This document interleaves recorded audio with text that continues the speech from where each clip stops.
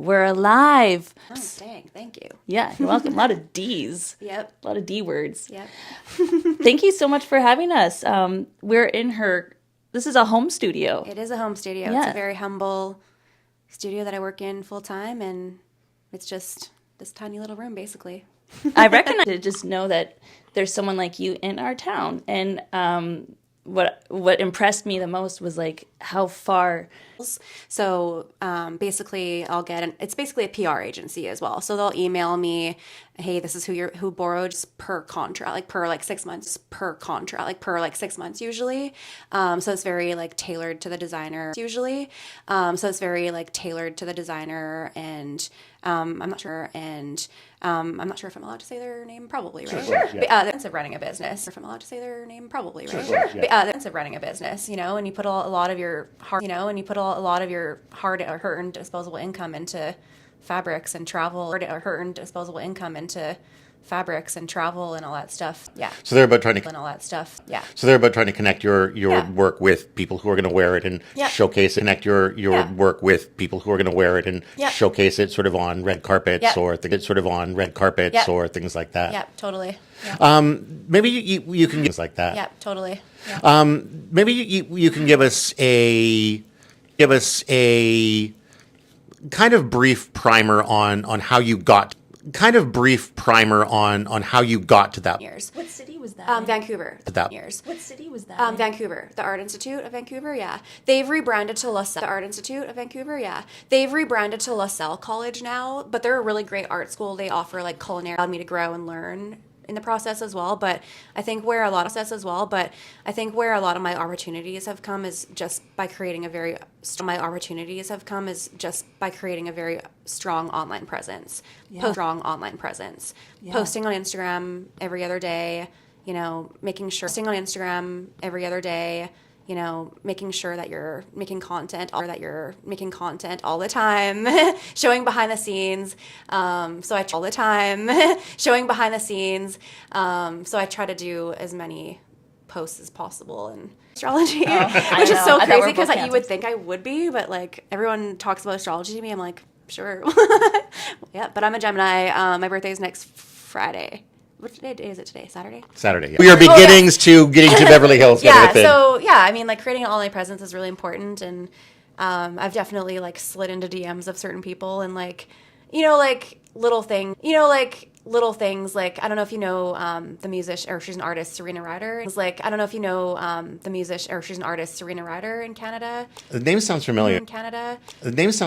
Yeah. Yeah, you can make a jacket, so I did that, and her. Yeah. Yeah, you can make a jacket, so I did that, and her. That's brave of you. Well, That's brave of you. Well, I mean, I wish I did that more often. I wish I did that more often. I just feel like running a business is so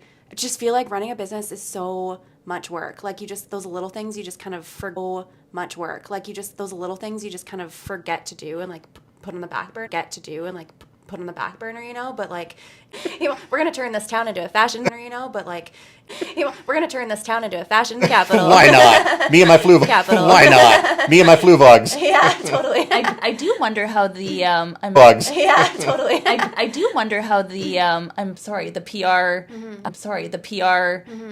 company, I forgot the name. So new, and I'm like, oh my god, my company, I forgot the name. So new, and I'm like, oh my god, my first international fashion show, and then I think a year later I did. So I've done New York Fashion Week like 3. Okay, so my first fashion show ever was my graduating.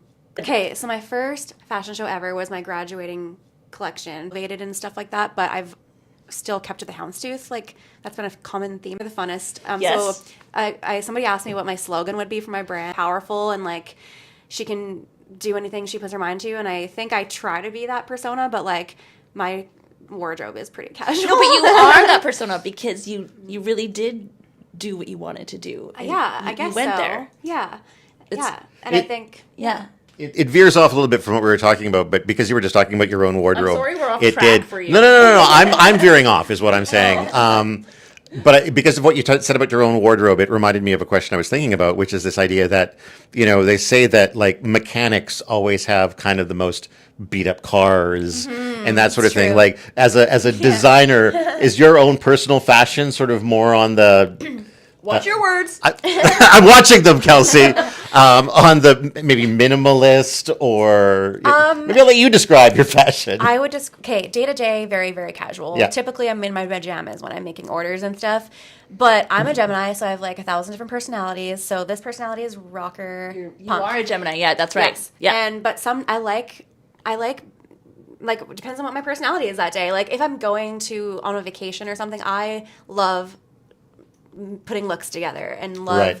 like having a theme almost, like I'm a big fan of like Legally Blonde, like very girly Barbie core stuff too. So like it's complete opposite ends of the spectrum. Like sometimes I'm really girly and sometimes I'm really like punk rock and wear leather and plaid and Does that go with your music taste as yeah. well? Yeah. I've been listening. I mean, I'm a country girl. Like I grew up on the farm. That's something else that we can talk about. But I come from very humble beginnings and I listen to country a lot of the time. But like I love rock and roll, Pearl Jam, all the older stuff. Nice.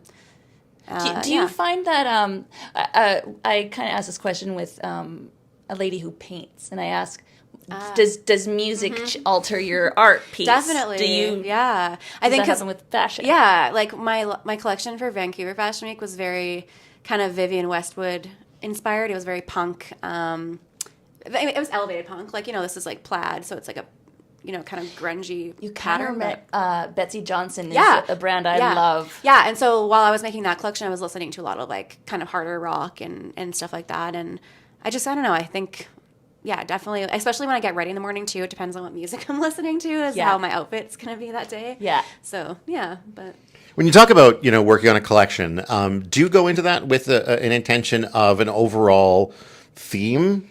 Yeah, I try to put like a theme. I mean, I definitely try to stick to my brand staples which is the mob wife aesthetic, and I definitely I use very often like a lot of bold reds. So every other collection, I feel like red always comes back into play. I just think like black, white, and red is kind of my staple colors. But I definitely think it is important to come up with a theme just so you have a basis of what to build on.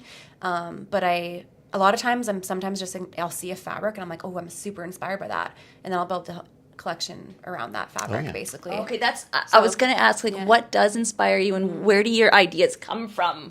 I think it comes from everywhere, really. Like any artist, I think it's not just one medium. It's like travel and culture and pop culture, what's happening in the world, and what you're seeing on social media, because fashion trends used to come from the runway and what the household designers were doing. Yeah. Now it's coming from the younger generation and street style. So it kind of comes from all spectrums of where the fashion trends are coming from. But with trends, though, especially with how saturated fashion is now with fast fashion and online and shopping, the trends can come and go so quickly, really. So I try not to stick to the trends too heavily, but also incorporate them in a subtle way. Yeah.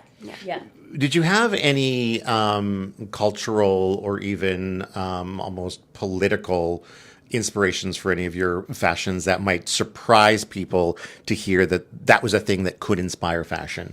I think so, especially earlier on in my, I would say, second or third collection. I did Vancouver Alternative Fashion Week, which Alternative Fashion Week is generally more edgy and out there. So it kind of anything goes. I mistakenly forgot a top for one of the outfits, but because my outfit or collection was kind of so grungy, I decided, because it's women empowerment, I put electrical X tape on her boobs. I was thinking you were doing that. I had it in my head. And so that was like, kind of I would do that. Yeah, and so that was almost sort of a marketing strategy for shock value, because you can love it or hate it, but it'll still generate talk and, emotion, So I have since then, I don't do that very often anymore, like where it's just like she's exposed with like her ex, tape. But I have done that for Paris Fashion Week and stuff like that as like a, not conforming to the societal norms in a way. So I make what I want, and women should be able to wear what they want regardless of what society says that they should wear, Do you have... Just so you all know, the man here agrees. Yes. the man must He's chime like in making on. sure that we know. Yeah, Oh, you like that, huh? I think women should be allowed to do what they want. Yeah. A controversial male opinion. Good. I'll shut up now. Yeah. Yeah. I was gonna say, do you direct your models in like how like facial expression, the walk, the mood? Do you have a vision for that too? Yes. It's funny because like a lot of the models I have now, I've been working with for years, and they've been most of them weren't even models in the beginning. They were just my friends that like wanted to try doing photo shoots, and now like I have this one model, like her name's Haley, and we did a lot of work together. I'll credit you for this. Don't worry, Haley. And she modeled for me early on, and she was a very, very pretty girl, and she just had it naturally. She went to Vancouver and went on to do Forever 21 campaigns, and I'm like, that's amazing that you're spreading your wings and As stuff a like model. that. Mm-hmm. She's got like contracts with agencies and stuff like that now. But yeah, like especially at a show too, like they're usually my friends, and so we're all in it together. But before, like for an example, when we're waiting for our cue backstage, I'm like, you got this, just act like you own the room and nobody knows you out there, and just be fierce and give me a stomp, Stop. something that's, giving me Attitude or yeah, exactly. Yeah. Attitude, for sure. Models never smile. Not really. I mean, unless it's like a commercial. It depends on who your target market is, Yeah, 'Cause that's it's like, true. If you're like this, with like a smile on your Yeah. face, you should be wearing something commercial, like a Old Navy top or something. Mob wives. But even on like on wrinkles. on the runway, I think what you were saying. I don't watch a lot of fashion shows, but the ones that what? I don't know, it's Yeah, you shocking. do. It's shocking from my personal style. You would probably assume that I watched a lot, but it does seem like the models are frequently just sort of very neutral.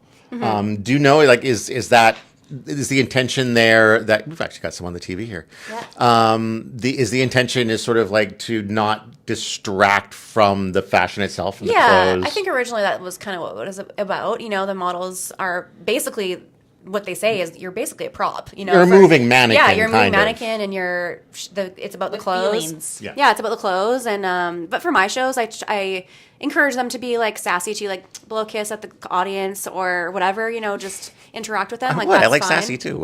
Yeah, like it doesn't have to be like I don't think fashion shows should be like a straight like thing anymore. You should really bring out personality. I'll stop having any opinions on anything female related that we're talking about. Just don't tell a woman to smile more. No, that was not what I don't think that's what we were getting No, at. I know. Hey, ladies on the runway, why not smile? You look so angry. What's up with that? Yeah, you look better. I guess it's like more of an intimidation thing, maybe. Like Yeah. like you're. You better fierce. buy this outfit. Yeah, It's yeah. a mood, though. I like it. Yeah. It's a mood. Yeah. How did you first decide that this is something that you wanted to pursue? Well, actually, I grew up doing music. I played the violin for a bit, piano, and then I played. There's a big violin right behind Oh, us. that's not mine. It's my boyfriend's. That's also, I think, a cello or something. I know. It's like a stand-up Funny. bass. Yeah. My boyfriend's a musician. He plays that, and that's the only place it fits in this place. So Fair enough. Yeah. which is fine. It's like a little talking conversation piece. Yeah. But then I played drums for 8 years, and so that's kind of where the rocker edge kind of came in, I think. God, you're cool. Oh, thanks. I try to be. I haven't played like since high school. Like I dabble here and there because my boyfriend has a couple sets here. Oh, awesome. But it was kind of either music or fashion for me when I was in grade 12. I didn't really have. Why was it one or the other? I just felt like I wanted to pursue something that I was passionate about and really focus on it, And I think I would never like go and pursue music now, but it's still a part of my creations and like my heart. I love music. It's a good way to get creative and like feed your soul.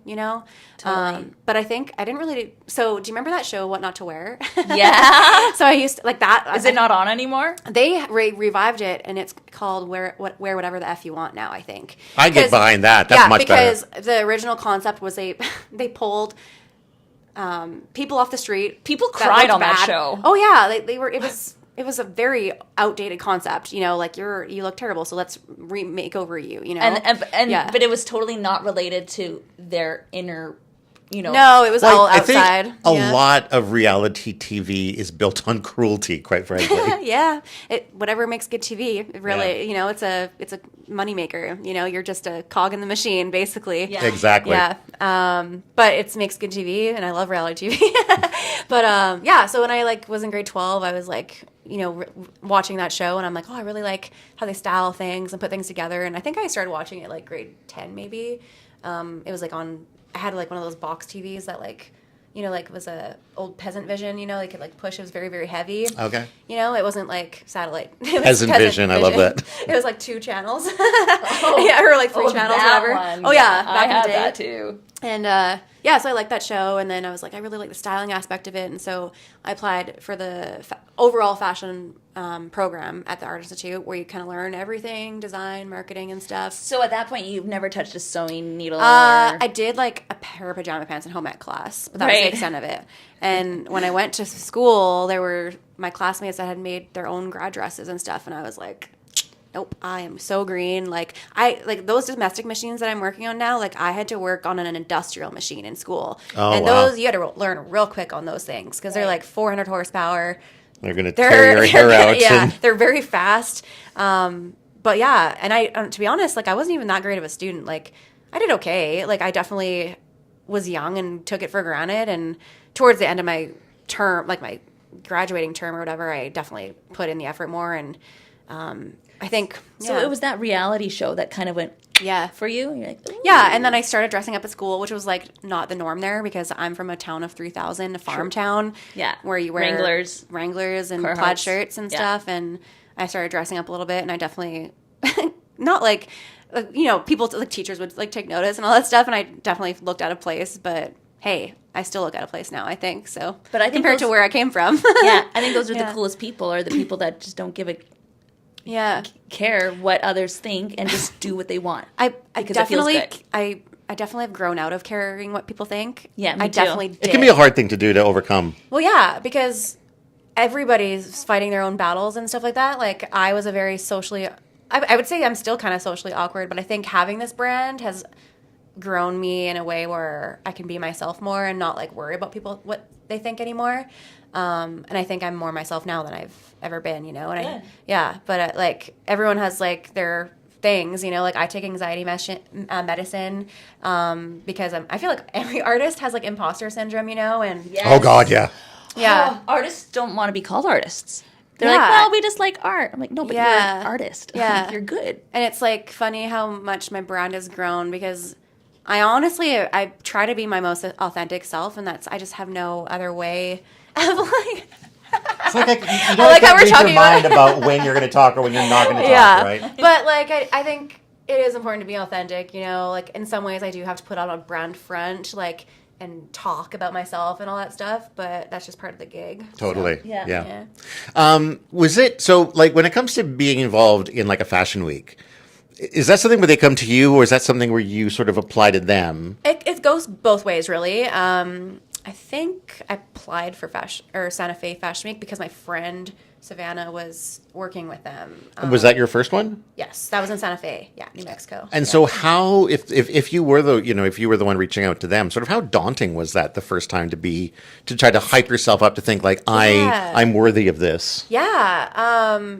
I think it's funny because like you learn a lot about how it works as you gain experience and stuff, and like when you're young and almost like naive in a way, like you don't know what it entails. But to be honest, like Fashion Week's great for exposure and all that stuff, but you pay to get into it. Like I don't know if I can. I'm going to disclose it. My first New York Fashion Week cost me $15,000. Okay. I can't swear on and that's here, minimum. Wow. That's minimum, but you're paying for the models, you're paying for the production, you're paying for the PR. But then, arguably you're getting something back out of that as far as exposure. Yeah. Was it worth it?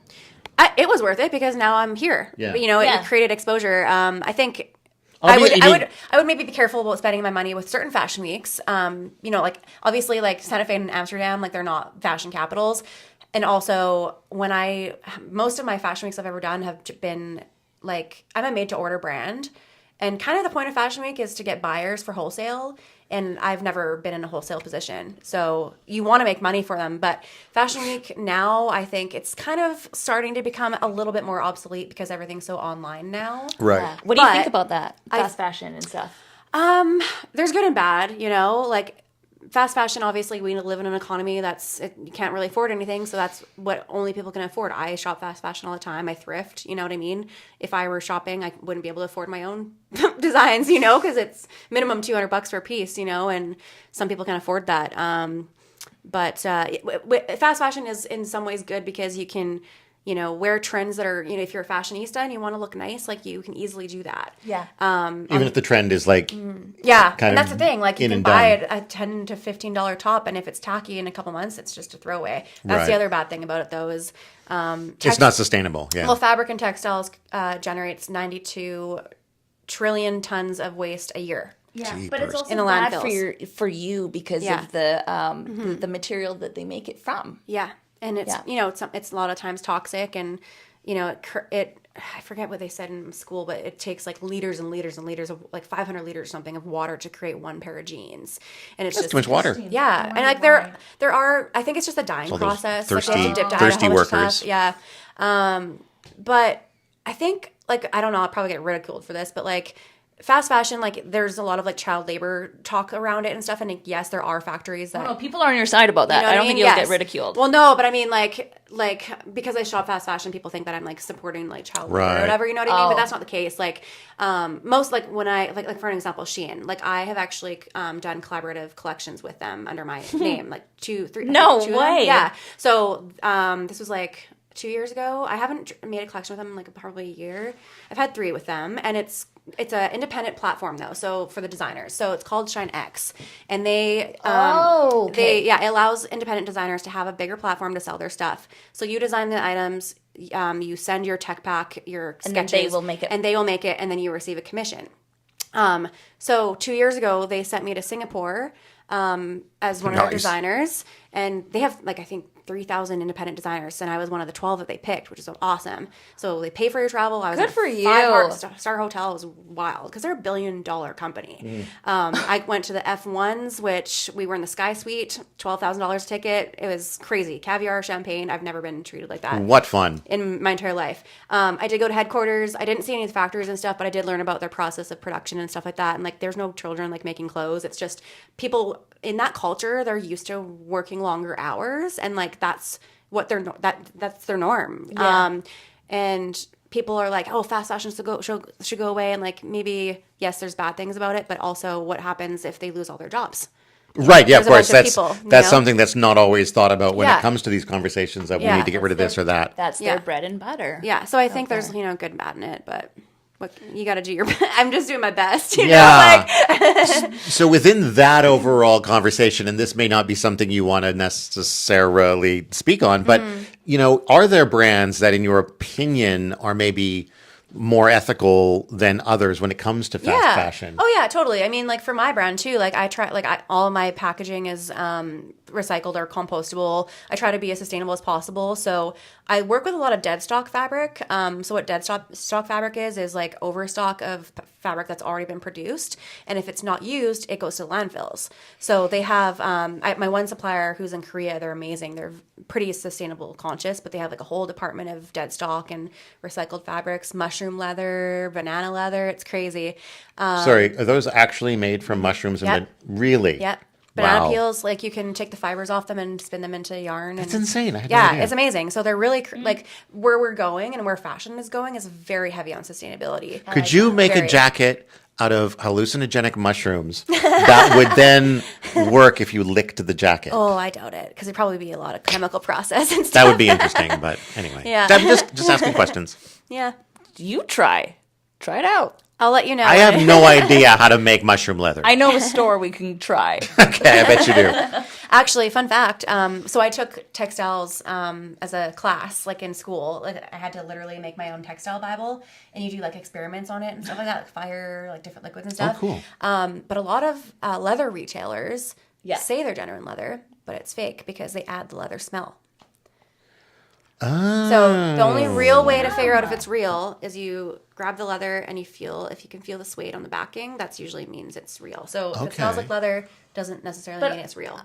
Over time, leather changes as well. Like it gets shinier and softer. Yeah, I mean, it's a hide, right? Yeah. So moisture can change it, it can stretch out, whatever, but I don't work with leather or anything, so I don't really know a lot about working with it. What about fur, Delayne? I don't work with fur. I work with faux fur. I don't work with any animal byproducts, but I do have vintage fur jackets because I like to thrift, and thrifting is good too because you're, again, like saving it from the landfill. Yeah, exactly. Do you get inspired when you go thrifting? Yeah, totally. Yeah. Especially because like a lot of people from the older generations are donating stuff from the 60s, and I've seen like really cool stuff in thrift stores, like really like designer pieces too sometimes, especially like in Vancouver, like all those rich people, like they don't care, they'll just get rid of it. Like as we're in Kamloops, like maybe they'll sell it on 24-hour auction or whatever. But in Vancouver, like, man, I cannot wait to go thrifting. In LA, I might try and go and see if I can find some thrift stores. Oh, absolutely. Dumpster diving. Yeah, totally. Pick a nice expensive street and go down the alley. Oh my God, no, literally, like actually when I lived in Vancouver, when I was going to school, like sometimes you go through the back alleys of Yaletown and there's just like a free TV back there. I know all about it. Yeah. I So lived it's on like, Oak Street. don't do it in Kamloops. Go in Vancouver and check it out. Kamloops stuff is very low quality. Yeah. Sometimes. Except for Delayne. Except for Delayne, Obviously. but I don't know how convenient it is to access your alley and dumpster if anyone wanted to do that. No, my recycling bin's just right front there. So My turn now. Okay. Grad season's coming. I think it's a little too late to order a grad dress now, isn't it? Yeah. But if people wanted custom things made, how do they connect with you? Usually I've done custom stuff here and there. They usually just like reach out to me, or it's a kind of word of mouth kind of thing. I don't really advertise that I do custom stuff because sometimes you'll get people that want things that aren't your brand. And so I have a customs agreement now. That's something that you learn as you go. Like you need to have contracts and you need to have agreements because people need to agree and you need to respect yourself. So now my agreement says it has to be a $500 minimum spend. It has to fit within my brand aesthetic. It has to be a Delayne Dixon piece, and I'm not going to make you like an apron or, I don't know, like a tracksuit or something that doesn't line with my brand. So, and usually people that approach me, it's because they like my style. So usually they're okay with that. I love your style. Do you know what? I had the thought. I, for some reason, love old Hollywood, like 1920s, 1930s. Like the dress there. Yeah. Yeah. I don't know what it's called. I think it's called like a penguin tuxedo coat or something with like the tail. Yeah. Would you do that? No, I don't do tuxedos anymore. I don't like doing menswear. Oh no, but for me. Like a women's. Yeah, I would do a version of it. I saw Madonna wear one. Yes. Okay, I do like that because like I actually love it when girls wear ties and stuff like that. Yeah. With a top hat. No top hat. Oh. I would. Is there a feud? You know what? You know what? You can style it however you want, but the piece itself will be Top hatless. Yeah. I love that monocle top hat. And the old school. You can order the cigarette long cigarette holder thing. I mean, you can style your custom piece however you want, but the piece itself is going to be. But I had the thought. I'm like, I wonder if she would ever make me one of those because I've always, and I'm like, could I make one? And I'm like, no. Tailored jackets are one of the most tedious things to make. How come? There's a lot of inner work of the jacket. I did it was a mandatory project for one of my last graduating classes in school, and the instructions were over 300 steps. Oh, wow. And there's a lot of things that are inside the jacket that you don't know. Like there's a fusing interfacing that creates more stiffness and tailoring. There's a certain way that you have to iron the sleeve before you sew it to make it curve on your arm. There's a lot of hand basting on the inside. It's a lot of inner work. And so if you order a tailored jacket for me, like it's going to be expensive. Like it's a lot of hours, it is. So, and I don't really like making tailored stuff. Like, what's your most favorite thing to make? Dresses and pretty things. And I work with a lot of knit, like stretchy fabrics because most of my brand is online, and with online shopping, it's very hard to guarantee a fit. Totally. So with a little stretch, it just allows for that extra ease, and there's no fit issues and stuff. So I do like working with knit stuff and stretchy, but yeah, I like making like red carpet stuff. That's I love making avant-garde elevated looks. Oh, yes. Yeah. Do you ever collaborate with hairstylists, makeup artists? Yeah. And there's so much talent in Kamloops. Like, I have such an amazing fashion family. I think I probably got like 20 people that we work together all the time, and they've grown their businesses too. And it's like we're all thriving together, and like it's good to collaborate with other people because that, like, for example, on Instagram, like, their followers are going to see your page because you're collaborating. So it is important to do those collaborations. I went to John Casablanca's. Oh, yeah? In Oh, Vancouver. no way. Oh, I didn't know that. Yeah. You should have told me that the first I'm sorry. I'm sorry. That's awesome. I went for program? makeup. Oh, yeah. Don't judge me. No. I don't care about my makeup lately, but yeah, I went there for makeup, but they had a fashion program there too. So they're a good school there for fashion. We were able to collaborate with photo shoots, and we got. Yeah, it's fun, right? That's like the fun stuff. I miss it. Photo shoots are my favorite thing about it. And I loved avant-garde. Yeah, and like creating a whole look, with the makeup and the hair. Todd's lost. He's like, what's I know everything. I understand everything you're saying. I know all the words, everything. I got very little I can offer. But Todd's creative as well. Yeah? Yeah. He's a writer. Really? Oh, well, I guess that makes sense since you're doing this. Yeah. How long have you been writing? Oh, God. My entire life. So you take schooling for that? No, I've taken schooling for nothing. I've managed to somehow carve out careers despite that's good, no though. school. I think, yes, it's cool to have the technical skills and stuff when you're in school, but like you can learn so many things online now, like TikTok and YouTube. They all have tutorials and you can access anything now. Yeah, but some of those makeup tutorials are... Yeah, you got to find your Dare I say cringe? Oh, dare you say. Well, makeup though, so you're like, you're not doing that right. They just pile it on, and it's all about like expensive products and like contouring and all that. Yeah, they don't do it. I've been doing the same makeup since I was in high school. I feel like, but as you get older, it's like the less is more. And now I just kind of wear a BB cream for my skin. I think. Yeah. No, you look like you're mid-20s. Really? Oh my gosh! Thank you. Yeah. I turned 34 next week. You're like, stop it. Stop it. Do you have a favorite piece? Currently. Is that a hard thing to answer? Or a favorite, either to like just how it ended up, or even a favorite to have made, like where the making process. I like this plaid dress that I had made before because it's very me. It's very my brand. I would say very red, black. Yeah, those are my colors. The back of it's like corset, kind of lace up. But the piece I'm most proud of right now is in the showroom. It is the collection I did for Fashion Week was sponsored by Recycle BC. So I was supposed to create a all sustainable collection. Oh. So I could use dead stock fabric, I could upcycle things, and so my proudest dress, which I can give you imagery for or whatever, it was the finale piece. I called the chandelier dress, and it was all.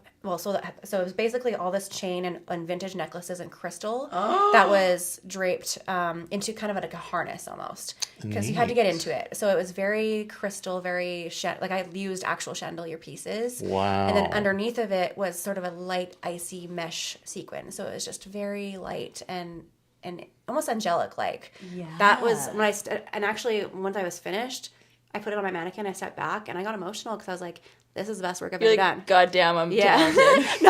No. Sometimes you have to be your own cheerleader. Like, you do, absolutely. Yeah, it's not being vain or cocky. And honestly, like I struggled with that. Like I'm very like I don't like talking about my accomplishments very much. Like I try to like be humble and all that stuff. Yeah. But like as I've gotten more into experience in the business and stuff, you do learn that you have to be your own cheerleader. You absolutely do, yeah. Really just if you don't believe in you, who will, Yeah, so you have to own it sometimes, you know, and I'm starting to own it more, and I'm realizing like there's a classy way of owning things without being like too arrogant, so there is a balance for sure. Yeah.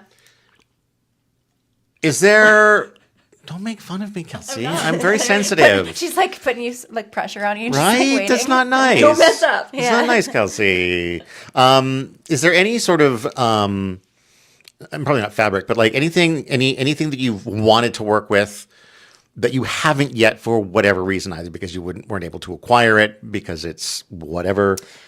I think I would like to start dabbling more into like dyeing fabrics and painting them, because I grew up with art my whole life, and I did lots of art classes growing up. I did pottery, and I really was always an artistic kid. And actually, for one of my Shine collections, I did create my own print. Have you ever heard of a Dutch pour? I don't know. It's okay. So I've heard of a Dutch oven. It's really anybody can do it. I found it on Pinterest. It's really easy, and I use Pinterest all the time. It's like the best thing ever. and TikTok for tutorials and stuff like Totally. that. But for my first Shine collection, they asked me to create my own print as an idea, and I was like, you know what, I should do that. So I went to the dollar store. I got this like really cheap canvas and bunch of cheap paint. I got white, black, and red. And I think I made a gray as well or something. You just pour the paint on the canvas, like just like in lines kind of thing. And then you take your blow dryer and you just blow the paint around and it creates this marble effect. Oh, cool. And so I got that printed on a fabric and it was so cool. It was so cool. It reminded me of like Cruella. Like very, you know? How did you get that printed on the fabric though? From canvas I took a picture of it and then I took it into Photoshop and I just like upped the saturation and basically did the dimensions of what the fabric piece would be. And they printed it. They're good at that stuff. Like who's they? Shine, their production team. Yeah. Oh. And actually my supplier in Korea does the same thing. Like you could upload a graphic and I think you can print it on, basically they'll give you a category and a section of fabrics that are printable. And like knits, it's all white, right? Like just different, but you got to know your textiles to know. Yeah, and they print it right on the fabric. I think it's only extra like $7 or $8 per meter, which is great. I want to have an art night with you. Oh yeah, that'd be fun. Oh yeah, yeah. Do you know what's fun? I play around with acrylics, but also mix it with like isopropanol. Or just things like that, or dish soap, and the bubbles kind of make the paint colors kind of go funny and stuff. And that's interesting. You just got to play. Yeah. You know what else I really want to try? And actually, there's a designer in Vancouver. I think her name's Angela. She does like, I think it's called like, what's that like gel that you buy from, and it hardens. It's like it's on Amazon. I forget what it's called, but basically you can put. It's really expensive to buy. Like you buy like big tubs apparently, and she puts the gel all over like fabric and on this plastic mannequin and moves it around into like an armor and it dries that way. That's something I've always wanted to try. Like not that I would, like make my brand in like that way, but like I wanted to try that, because you can do really cool stuff. And yeah, I feel like that's kind of a trend too right now is like the armor pieces. Yeah. Yeah. Like an exoskeleton. Yes, totally. Exactly. Very scientific word, Kelsey. Thanks. I hardly paid attention in school. So, do you, like, there's 4 seasons in Kamloops. Do you kind of... 4 seasons most places. No. Well, in theory. But not, yeah. But anyway, it's summer now. Do you have a summer collection already done? Well... Not really. The collection I just did was for fall winter. Fashion is usually at least 6 months ahead of time. Yes, there's a funny time. But like I'm not really doing wholesale right now, so I don't really need to worry about seasons right now. And actually my major retailer, who's called Wolf and Badger, they generate a lot of sales for me. They're based in London, UK, but they've got stores in New York, London, I think LA. And I've been with them for, like 5-6 years now, and they are amazing. But my clientele is international. Like, I do have some local. I'm not saying that. No, that's amazing. No, but like my target market isn't necessarily in Canada, because a lot of the elevated, it's more fashion capital kind of stuff. But I ship stuff everywhere, like UK and Europe and the States. So the seasons, I don't really pay attention to it. I mean, like when it's warm outside, like, I want to make some cute summer dresses and stuff. But I was just going to ask, like, do you get inspired by like, Halloween's coming up? Do you have like a darker collection? I mean, I think like in general, my brand is a little bit darker. But I think fall winter fashion is my thing, because you do have 2 sides though, because that's not dark. Can we show this? Yeah, grab it. This is more Legally Blonde. It's called the pom-pom dress. I see that. Yeah, and it's very inspired by the 20s. These pom-poms are faux fur. I handmade them, and it's actually really easy to make. You just cut like a circle, and there's little cotton balls inside. So nice. Yeah, and they're hand sewn on, and they're just, and when she walks, it's like real bouncy and cute. I love it. It's one of my favorite. Can you show your tag? Yeah, totally. It's just a simple tag. It's a simple tag, but I think simplicity is sometimes the best. Yeah, because it's sick of it. Yeah.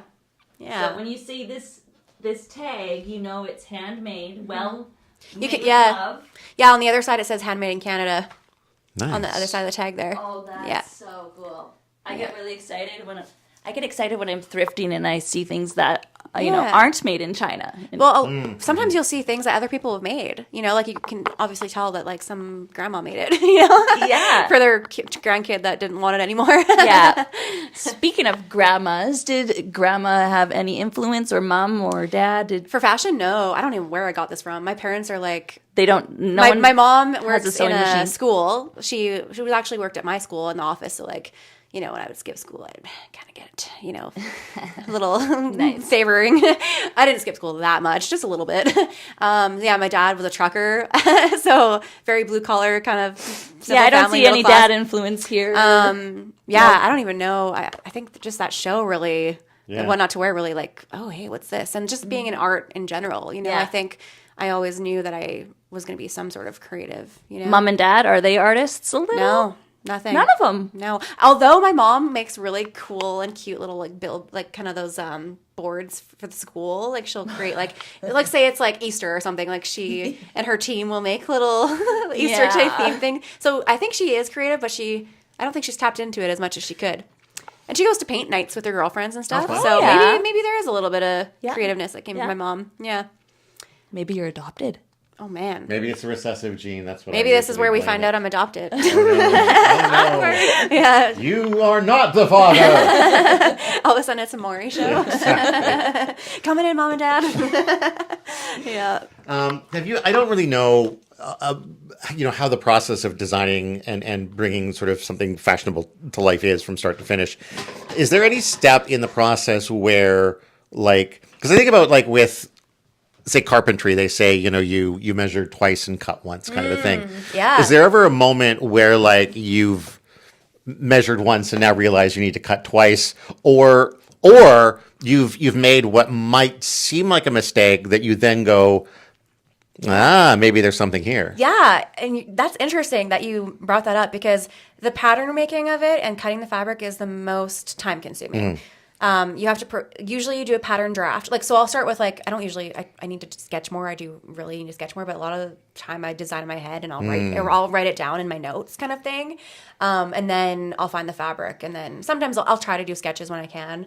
But typically you would draft your pattern, what's called a pattern block. So I have templates, kind of like just simple knit block, whatever, and then you manipulate those into the design that you want. So you have your draft pattern. Once that's finalized, then you have your final pattern. Technically, you're supposed to create a muslin prototype of your design first.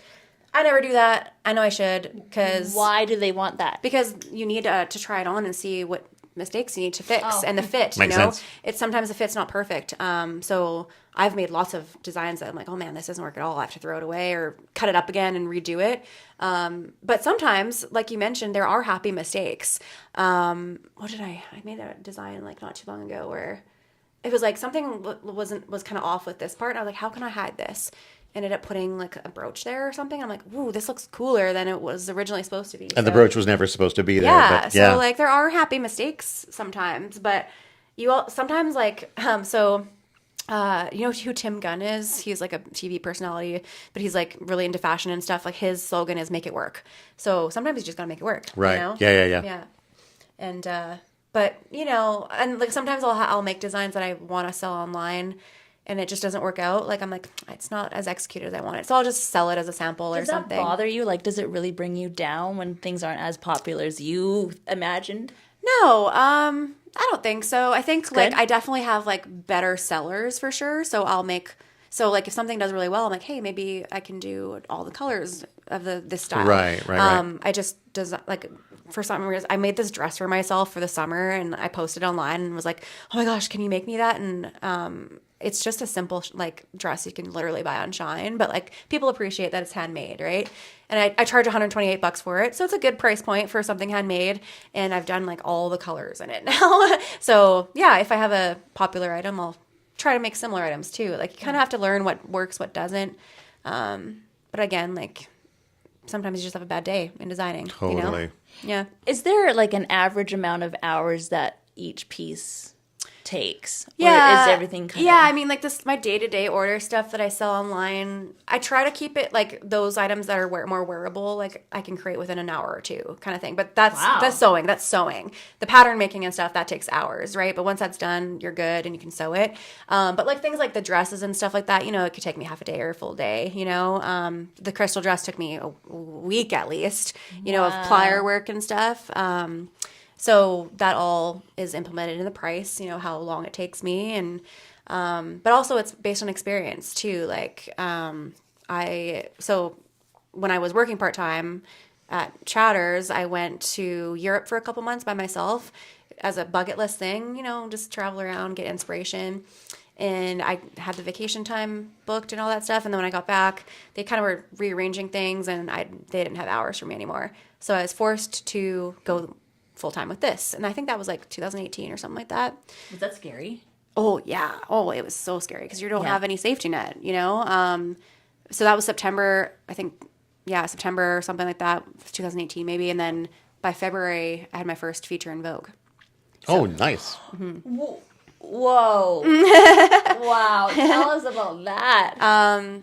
That was crazy. I basically... Vogue Italia? It was British Vogue. Okay. I committed to a 3-month... What's the hierarchy of Vogues? Which one's more important than others? The American Vogue apparently is the top tier Vogue. Okay. Oh, is it? I wouldn't know. Would be. Yeah.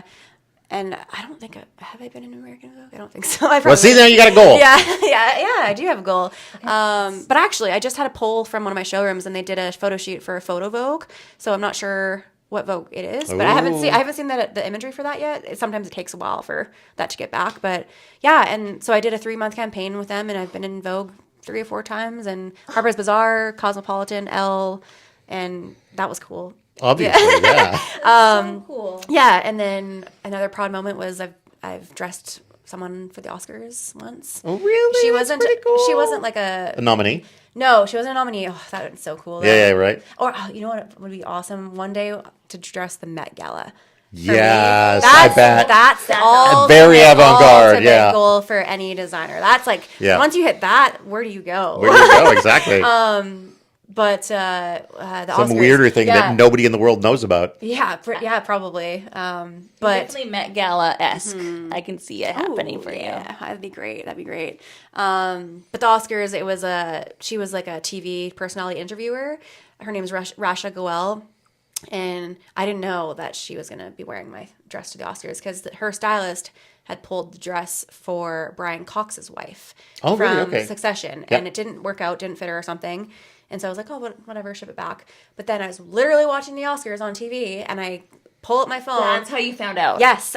Not on the TV, but on my Instagram, they had tagged me. Oh, fun. And I was like, oh my gosh, she's at the Oscars. And I cried. I was like, this is amazing because, like, you don't think you're going to attain that. Yeah, you know? no, exactly. But she was a very, very established TV interviewer. She's interviewed everybody: Leonardo DiCaprio, Tom Hardy. Like, she does that stuff all the time. And so now that I have that connection, it's cool. I'm like, hey, maybe soon next time or next year we can collaborate again. And she's the lady that usually says, "Who are you wearing?" Yeah, kind of. Too bad someone didn't say, "Who are you wearing?" Yeah, pretty much. Yeah. Yeah. Oh wow, So that was a really cool moment. See, yeah. I knew she was cool. I just didn't. I know didn't dispute how it. Cool.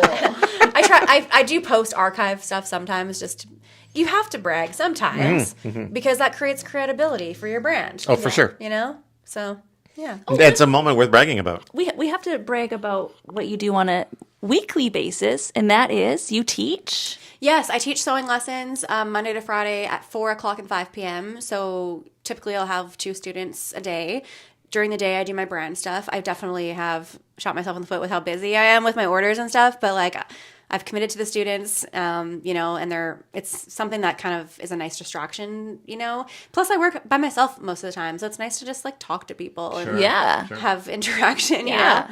But yeah, my day to day is usually I'm just kind of working at orders. I'll try to I haven't done any photo shoots lately because I'm kind of trying to work on my, I guess, newer collection now. Like I'm gonna be pausing my PR, my showroom for at least 6 months, and I'm gonna try to put that investment into manufacturing. Because I have probably a list of 12 retailers and department stores that are ready to carry my brand, and I just don't have the capacity to fill them because I'm making all this myself. Like I have no employees. which one day it'd be cool to not sew everything myself. Sure. But I mean, that's got to be probably a major step to take to go from sort of doing everything yourself to now employees and maybe a factory and like all of one that day kind for of sure. stuff. Like for now, I'll have to hire a factory to make my clothes, but you right. want to make sure that the quality is good. You know, do your sample making, check out the samples, make sure it's up to your, up to tier, and hopefully I can start filling more stores and just really focus on the design side because it's a lot of hours, man. Like when you're working by yourself, like you're not only just sewing and designing, like you're doing customer service and emailing and inventory and interviewing. Interviewing, yes. No, this is fun. I don't mind it. Yeah. We're getting pretty close to being able to wrap up. So Sick. where Went by fast. Where can people check you out? So you can shop on my website, DelayneDixon.com. You can shop on Wolf and Badger, which it comes from me anyway. So maybe just support a Canadian website, which is mine. There you go. And then, you can message me and direct order from me too. And And what's your Instagram? Delayne Dixon. Go. All my stuff is just my first and last name, basically. Yeah. Perfect. And give me a follow. Yeah. Those all important follows. Yeah. Are there any openings in your classes right now, or is that not? No, really? I'm fully booked right now.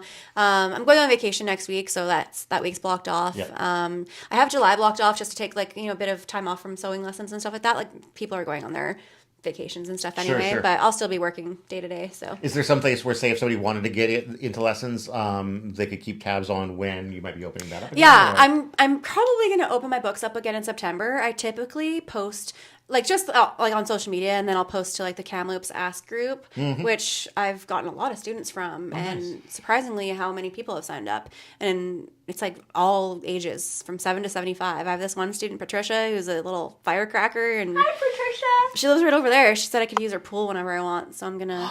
That's always a great offer. I'm gonna take advantage of that, and she's cool. But I think she just likes hanging out. Sure. And we just sew together, and You seem like you're fun to hang out with. well, I try. We do too. I'm pretty chill. We So. try really hard. We try really hard. Oh my god, we Yeah. stuck. We have to try really hard. Yeah. Actually, we're terrible to hang out with. Well, That's you why have we- to have personality. So you're doing. We're goblins. Yeah. Yeah. Goblins with personality, though. Yeah. I feel like Yeah. I'm kind of an alien myself. Yeah. Yeah. But the most Cut from a different beautiful cloth. alien, and we're so happy to have Aw. you in our town. That's awesome. I appreciate Yeah, it. don't leave ever. I love Kamloops. I don't think I'm gonna leave. Plus, Yeah. my boyfriend has a daughter, and he's Yeah. gonna stay here. Exactly, yeah, and we're in yeah. love, so I'm gonna stay here. I Oh, think. do you want to say hi to your boyfriend, Hello, even though he's Matt. right there? I love you so much, Maddie. You can say Oh, hi, Matthew. He's Say very it he's very screen. supportive. What's your Yeah. cat's name? The cat is called Callie. I had to think about that for a second. I'm a dog person, so no, she's lovely too. She's such a chill cat. Meow meow. She'll kind of jump on the counter sometimes, but we figured out a way to stop her from doing that. We tilt the chairs in so she can't get up on the chair anymore, and she gets mad. What about a spray bottle? Psst. We have a spray bottle, and I'm ready there too. I'll spray her right in the face if she tries to eat any of our food. I have no shame. I bet you don't want any animals in here because you don't want any dog hair on your. Actually, okay. Uh-oh. have Do you have a dress made out of dog No, hair? okay, no. So I don't know why, but I have 2 pet rats, and I love rats, and they're so cute. I should bring Sunny in here. Bring them out. Yeah, I'll be right back. Hurry. Yeah, I'll take it. Sure. We will go over the We're hour about to meet just the rats. I bet they Meet are the part of the rats. inspiration Perhaps. for maybe this Halloween Perhaps design. The dress there. I It has think to be a that- pretty patchy rat to inspire the Well, I think pom those pom were- dress. That was bunny rabbits. I knew that they would be on TV one day. There we go. Oh! Is this their TV This is premiere? This is amazing. This is Sunny. My rat's names are Sunny and Cher. And my friends tell me that I should make little outfits for them, but Oh my I God. can't. I can't Yes, go you viral can. with my rats. Yes, you can. You want to I'm go basically viral for your Cinderella, fashion. though. I Yeah. sew and I have rodents and I cook. Yeah. She's really friendly. She won't Oh, bite. can I? I haven't. Yeah. I don't think I've ever held No, a pet rat. I love animals. They're amazing. They're all just- They don't bite. They Yeah, don't do anything, these and they're things. just like little dogs. Yeah, they're really cute. Are you peeing on me? No, No. Oh, she shouldn't be. How old are you? Oh, she just lick you? Aw, that's so friendly. You want to talk into the microphone there, buddy? How old is? She's I don't know. I think almost a year. I think her birthday's in November. I'll definitely throw a birthday party for them, for Mom, sure. you gotta throw a birthday party. But they hang out with me sometimes when I'm working, and they'll just kind of hang out. Sometimes they'll sit on the dresser and just stare at me and just work and fall asleep there. Do you remember the show? It was called Hammy the Hamster. Oh my gosh, yes. Where you going, I used to, I think Where are you going there, dude? Here, I can grab her. He's exploring. He wants to check things I out. know, you're going to be on TV, little guy. Fun fact, I had a hamster. His name was Fuzzball, and he got stuck at the VCR. I don't know how many times. Oh, really? Why the VCR? He wanted to be on TV. Oh, he's like, wanted his moment, 50 minutes of fame. Yeah. Just didn't understand. He's like his mom. Yeah. Right. Exactly. This is I Sunny. think we're off topic officially. Yeah. Anything else? No, I wanna just say? I just appreciate. 1 minute over it. Oh well, I appreciate the talk, and I Yeah, thanks for appreciate hanging out support. with us. This was a No, great It's chat. been fun. I like it. We should do it again. Yeah, totally. Squeak, squeak. Oh. I'm such a loser. Okay, love you. I don't know who I'm talking to. thanks for watching. Thanks for watching, everybody. This has been On Location with Todd and Kelsey. and Delayne. Delayne. And- Delayne. And Sunny. Sunny. Sunny Bear. And we'll see you next time.